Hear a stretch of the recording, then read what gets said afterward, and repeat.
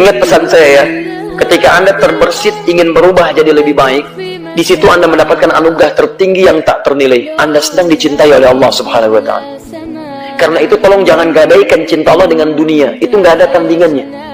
Kalau Anda kemudian akan berubah jadi baik dan harus berhadapan dengan meninggalkan dunia Anda, demi Allah kalau saya boleh sarankan, pilih cinta Allah. Ketika Anda dicintai oleh Allah, maka semua akan mengikuti dalam kehidupan Anda.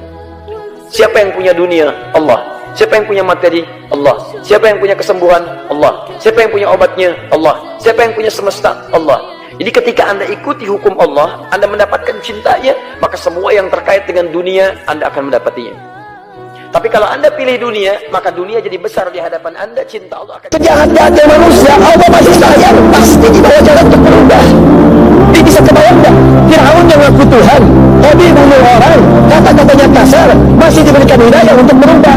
Anda bukan Fir'aun, Anda tidak pernah mengaku Tuhan, Anda tidak pernah punya hobi bunuh orang. Kesalahan Anda tidak sebanyak Fir'aun. Kalau Fir'aun saja diberi jalan untuk berubah, apalagi Anda? Pasti Allah bisikan dalam jiwa Anda, ada saatnya Anda untuk berubah. Sebelum Allah wafatkan, berharap pada siapapun. Karena kalau Anda berharap, disitulah awal kecewa. Betul begitu? Sekali lagi, jangan harap pada manusia, siapapun itu. Jangan harap pada saya, jangan harap pada asatidz, jangan harap pada pemimpin, siapapun itu. Karena yang harus Anda harapkan hanya, karena begitu Anda harapkan manusia, Anda pasti akan nanti sedih. Aku tidak bisa melihat wajahnya Allah, tapi kalau aku ingin tahu seperti apa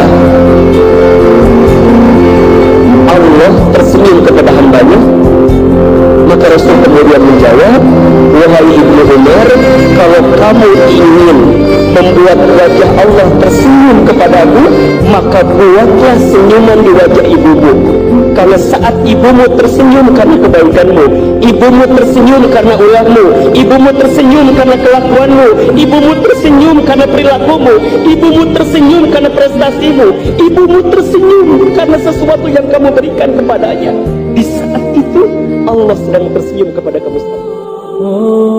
Hai orang-orang beriman, jangan sama dengan yang belum beriman. Jangan bergosip, jangan mengeluarkan kata-kata yang tidak bermanfaat. Jangan bicarakan orang. Ayuhibbu ahadukum ayyakula lahma akhihi maitan fakarihtumu.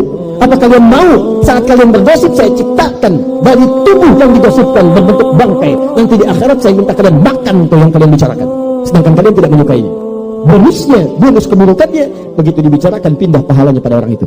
Anda tidak taklim sekarang, kemudian Anda bicarakan orang, datang taklim, keluar Anda bicarakan, rugi dia ya nggak sama kita hari ini. Iya ya, mungkin terlampau soleh dia ya, sampai gak ikut taklim. Iya, itu begitu Anda sampaikan kalimat itu, pahala taklim Anda. Makanya Islam mengajarkan kalau tidak bisa membalas sesuai, tidak berlebih-lebihan, lebih baik diamkan, lebih baik lagi sabar, lebih baik lagi ikhlaskan, lebih sempurna lagi maafkan. Katakan orang yang beriman dan orang yang Islam itu berbeda.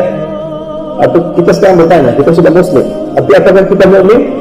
Kita lihat ciri-ciri orang mukmin. Dalam Al-Quran Allah Subhanahu Wa Taala orang yang mukmin, innama al-mu'minuna alladzina idza dzukirallahu wajilat qulubuhum. Mereka orang yang beriman adalah ketika dibacakan ayat Al-Quran, wa idza tuliat 'alaihim ayatuhu zadatuhum imanan. Ketika dibacakan kepada mereka ayat-ayatku, kata Allah Subhanahu Wa Taala, bertambah keimanan mereka. Maka cara menambah keimanan bagaimana? Di antaranya dengan membaca Al-Quran. Di antaranya juga dengan memperbanyak membaca la ilaha illallah. Itu kata Allah dalam Al-Quran, membaca Al-Quran. Kata Nabi dalam hadis, jadidu imanakum aktsiru min qawli la ilaha illallah. Perbaharui iman kalian dengan apa? Dengan membaca la ilaha illallah. Jadi saya akan mengkagumi Gus Dur dari segi fikih. Ketika Gus Dur dilengsarkan dari presiden, yang paling saya kenang dan para ulama seluruh Indonesia, mungkin seluruh dunia mengenang adalah keberhasilan Gus Dur mengelola konflik itu tidak pertumpahan darah. Itu satu prestasi yang insya Allah jadi amal beliau, semoga mendapat ridhonya Allah Subhanahu wa Ta'ala. Karena yang paling dihindari oleh Islam sebisa mungkin adalah jangan ada darah menetes, apalagi hanya demi kekuasaan. Sehingga Rasulullah SAW sampai berdamai ketika terjadi tarik ulur di Sulhul Hudaybiyah. Saat itu Suhail bin Amr memberi sekian poin yang mendikte Rasulullah, semuanya merugikan Rasulullah. Tapi Rasulullah menuruti itu semua demi tidak. Makanya cewek, mari kita kerjasama. Kami laki-laki jaga mata, tapi tolong anda cewek jaga akhlak. Biar kami setengah mati jaga mata, kalau kalian gentayangan habis amal kami.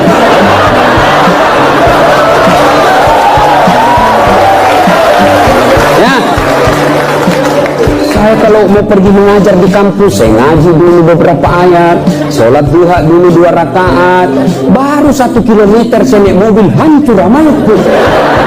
Sebelah kanan ketek, sebelah kiri dada, di depan paha. Nggak mungkinlah saya jalan terus begini, biar listrikku tabrak.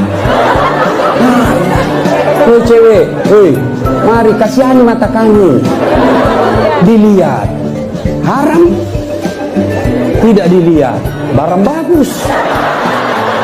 Makhluk dapat rezeki dari Allah Ta'ala, Allah nggak putus rezekinya mereka. Sampai yang kafir nggak diputus rezekinya oleh Allah Ta'ala. Terus kita yang sembahyang nggak dikasih rezeki sama Allah. Nah, Allah nggak bakal ngelupain rezekinya kita. Kita lupa sama Allah sering, tapi Allah nggak bakal ngelupain rezekinya kita.